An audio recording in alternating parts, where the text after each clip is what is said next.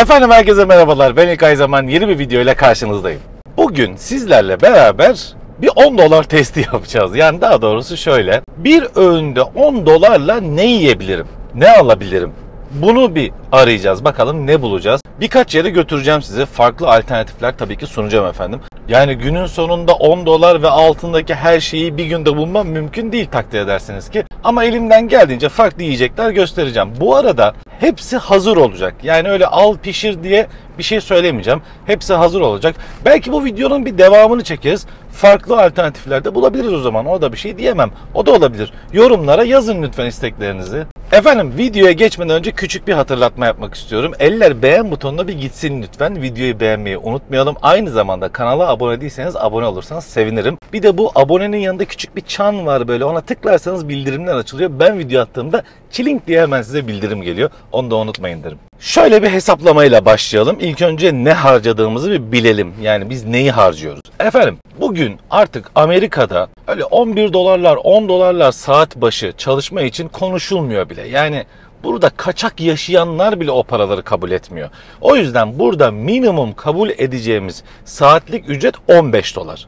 Şimdi bunu günde 8 saatten hesaplarsak eğer 120 dolar yapıyor. Birincisi biz günlük kazancımızın 12'de birini harcayacağız bir öğünde. Yani 10 dolar, 10 dolar, 20 dolar günde 2 öğün dışarıda yerseniz 120 dolarınızdan geriye 100 dolar kalıyor. Bu birinci hesap. İkinci hesap da şu. Eğer bunu aya vuracak olursak asgari ücretimiz 2640 dolar yapıyor bu hesaptan. Nasıl 2640 dolar yapıyor derseniz ben hafta sonlarını çıkartarak hesaplıyorum. Aslında Amerika'da çalışanların minimum %75'i cumartesileri de çalışıyor. Ama ben yine de içine koymadım. Hafta sonlarını çıkartarak hesap yaptım. 22 günden hesapladığımızda ayda 2640 dolar yapıyor. Burada da asgari ücretimizin yani aylık kazandığımız asgari ücretimizin %0.37'sini yani o küsuratı da yuvarlarsak eğer %0.4'ünü harcamış oluyoruz. Yani 10 dolar bizim aylık asgari gelirimizin %0.4'üne tekabül ediyor. Bunları bir netleştirelim. Buraya kadar her şey tamam mı? Siz de istiyorsanız Türkiye'de yaşıyorsanız Türkiye'de, Avrupa'da yaşıyorsanız ya da nerede yaşıyorsanız aylık aldığınız ya da alınan asgari ücretin yüzde kaçına tekabül ediyor? 10 birim, ona hesaplayabilirsiniz. Bu dolar olur, yen olur, euro olur, TL olur, aklınıza ne geliyorsa. Efendim ilk durağımız Chick-fil-A. Her zaman önü doludur. Kuyruk vardır, sıra vardır. Şaşmaz. Özellikle böyle cumartesi günü pazarları kapalılar. Çok enteresan bir şekilde kapalılar. Yani böylesine büyük yaygın bir restoran zincirinin pazar günleri kapaması enteresan. İlk buradan bir başlayalım istedim. Sonra sizi başka yerlere götüreceğim. Bakalım efendim biz 10 dolarımızla Chick-fil-A'den bir öğünde neler yiyebiliyoruz? Karnımızı doyurabiliyor muyuz? Buyursunlar efendim. Dalalım bakalım Chick-fil-A'ya neler varmış. Abi açıklamış burada. Pazar günleri kapalıyız diyor. 1946'dan beri diyor. Vay anam bu Chick-fil-A bu kadar eski miymiş? Vallahi ben bilmiyordum ya.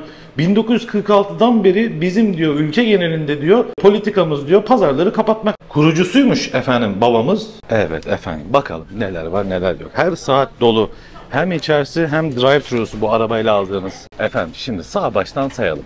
Chick-fil-A'nın en basit menüsünden bahsedelim. Mesela meal dedikleri menü bu arada. Onu söyleyeyim. Şimdi bir numara Chick-fil-A chicken diyor. Bu normal olanı. Onun meal fiyatı yani burger, tavuk burger, yanında patates kızartması ve içecek.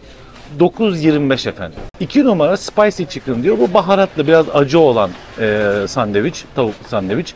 Yanında yine patates var ve kolası var ya da Fanta. Siz ne seçerseniz. O da 9.59. Thank you so much. Thank you. Ya adam bana şey getirdi ya. Buradan menülere dedi bakabilirsin dedi. Yukarıdan çekmene gerek yok. Rahat ol dedi. Bak bu daha rahat oldu. Daha güzel oldu değil mi? Bir de 9.95 olan aslında alt tarafta hem domatesi içinde işte kıvırcığı ve de peyniri olan var. O da 9.95.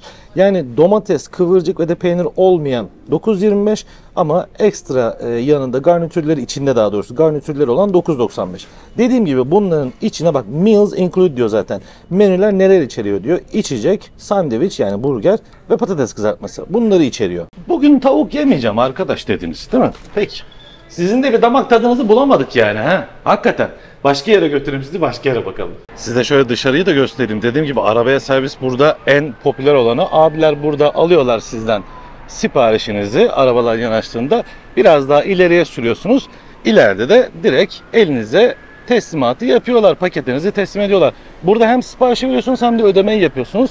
Şurada da baksana anacım ya, dolmuş millet. İlk gördüğümde dedim ki herhalde bedava burger dağıtıyorlar ya da bir alana bir bedava var falan demiştim. Meğer abi millet deli gibi gelip yiyor. Bu arada burgerleri gerçekten güzel. Bir gün gideriz, Chick-fil-A testi yaparız. Diğer durağımız Subway. Bakalım Subway'de ne bulacağız? Yani bir öğünümü Subway'den güzel bir sandviç yiyerek geçirebilirim diyebilirsiniz. Girelim bakalım orada fiyatlar nasıl? Bir öğünde $10'la Subway'den ne alıp karnımızı doyurabiliriz? Efendim Subway'in fiyatları bunlarda. Şimdi şöyle söyleyeyim başta. Burada iki türlü sandviç boyu var. Bir 6 inch dedikleri 6 inç, o da bizde 15 santime falan denk geliyor. Bir de foot long var, yani 12 inç olan, o da 30 santime denk geliyor. 30 santim olmayan 6 inç olan, yani 15 santimlik olan biraz daha fazla olabilir 15'ten. Bütün sandviçler $10'ın altında. Eğer ben bununla doyarım diyorsanız amenna. Ama yok arkadaş ben yedim mi böyle kocaman 30 santimlik bir sandviç olsun diyorsanız şurada 19 numara, yeniymiş o da zaten, Pickleball Club diye bir tane var.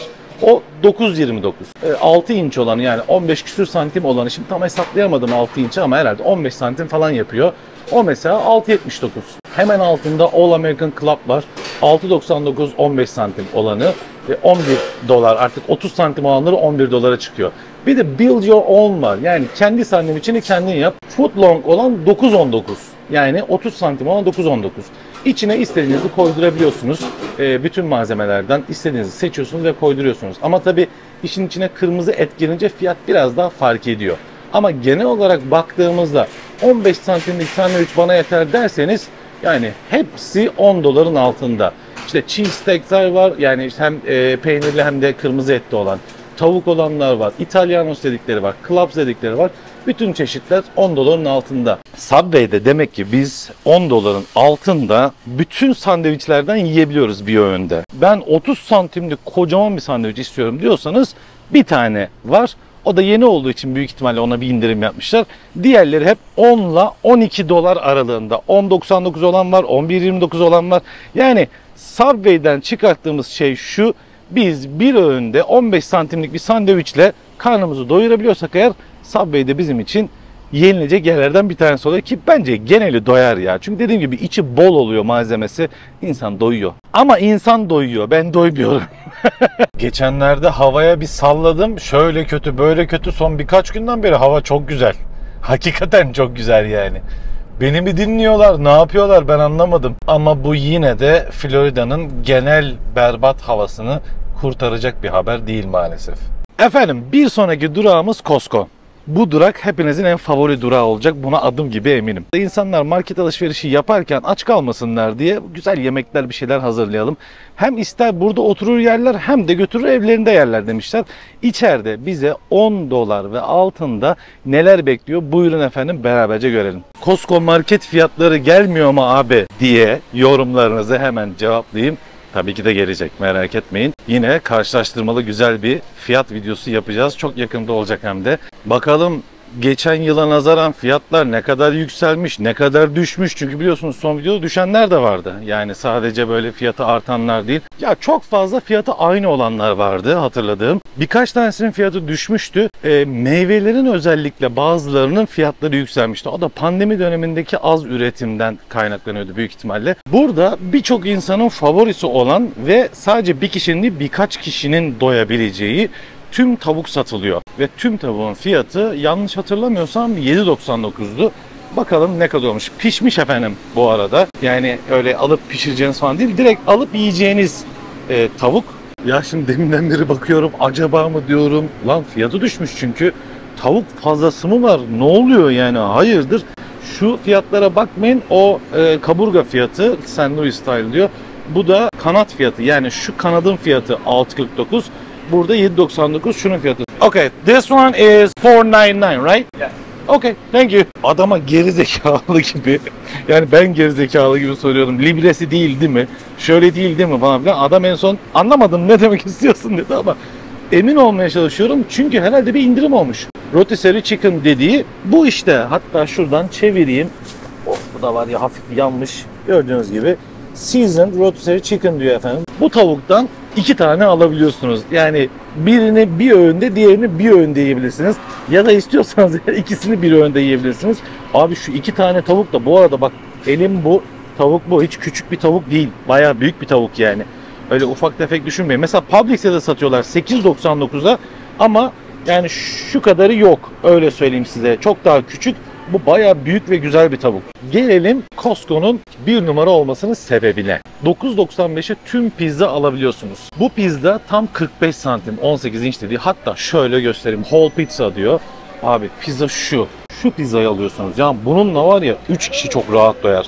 Bir tane dilime bakar mısın? Kocaman yani gerçekten.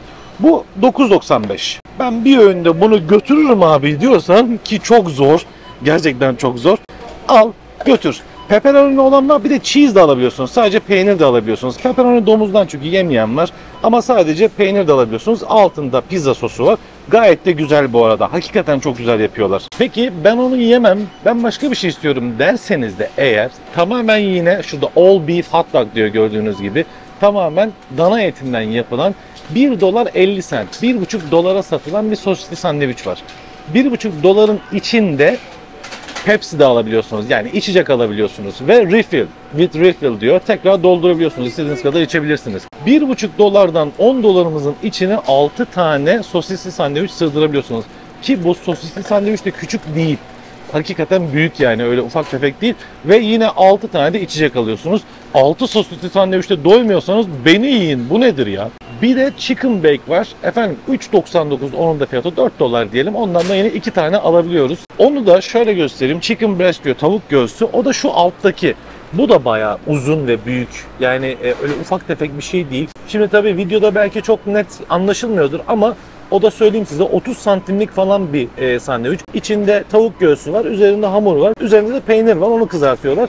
Yani üzeri peynirli ekmek, içinde de tavuk göğsü var. Arkadaş video çekelim diye geldik, yine bir şeyler aldık ya. Ya aklıma gelmişken alayım dedim. Yumurta aldım, şöyle göstereyim.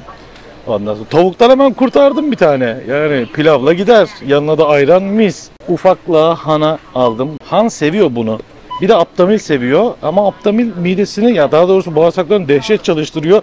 Şu suyu çok seviyoruz biz. Bu sudan aldım. Bayağı da büyük. Ya içinde de bayağı var. pH 9,5. Costco'nun sütü ve yumurtası gayet güzel oluyor. Daha doğrusu Costco'nun ürünlerinin hepsi güzel ya. Allah var. Bazı şeyler, sebze ve meyve artık bozdu. Ona bir şey diyemem ama geri kalan her şey gayet güzel gerçekten. Tabii adım gibi eminim diyeceksiniz ki aldıklarının fiyatı ne tuttu, onu söyleseydim bari diyeceksiniz. Onu bir göstereyim istedim. Efendim toplamda 86 dolar tuttu. Bunlar 9.99 tanesi. İçinde de kaç? 1, 2, 3, 4, 5, 6, 18 tane var içinde. Şurada yazıyormuş zaten. 18 tane var. Yumurta 7.59'muş. Bu 4.99 abi ya, inanılmaz bir tavuk fazlalığı var. Baksana 4.99 burada görüyorsunuz. 24 dolar bunların tanesi. En çok bunlar tutuyor tabii. Bir de artık Costco, eskiden ben mesela geldiğimde Kartal bunlardan içiyorken 5-6 tane alıyordum, böyle höldür höldür topluyordum. Şimdi Costco yasak getirdi. Dedi ki 2 taneden fazla alamıyorsun bir alışverişte. Kişi başına 2 tane. Süt ne kadarmış? En son bir de süte bakalım. Süt de 3.68'miş efendim. Bu da 1 galon. 3.7 litre.